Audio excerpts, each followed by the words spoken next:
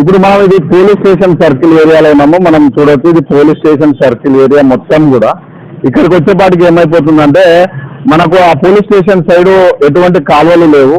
కానీ ఇది ఉన్న కాలువ ఎప్పుడో గతంలో ఒక 25-30 సంవత్సరాల కిందట ఈ పోలీస్ స్టేషన్ ఆవరణంలో ఈ విధంగా చిన్న కాలువతో వేశారు.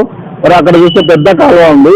ఇప్పుడు ఎక్కువ నీళ్లు రావడం వల్ల ఏమైపోతుందంటే ఈ వాటర్ అనేది ఇట్లా వెనక్కి తన్నేసి మొత్తం కూడా ఇదంతా గలీజ్గా మనం నీళ్ళు ఇక్కడ నిలబడడం మనం చూడొచ్చు.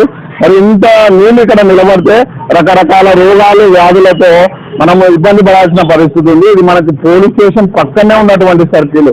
ఈ 4 సర్కిల్లో మెయిన్ ఏంటంటే నీళ్లు పోయేటువంటి మార్గం లేదు.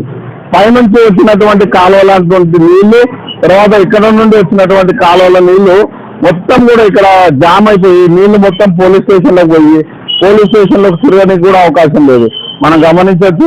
కాబట్టి మనము ఈ తాజా ఎప్పుడో వేసినటువంటి కాలువలను మనం డెవలప్ చేసుకోవాలి. లేకపోతే నీళ్లు ఇలా నిలబడి, ఇప్పుడు రోడ్ల మీద నీళ్లు ఇట్లా నిలబడిపోయినాయి మీరు చూడొచ్చు. ఇప్పుడు మరి ఏ విధంగా కేవలం 20 నిమిషాల వర్షానికి ఈ విధంగా మనకు తయారైపోయింది.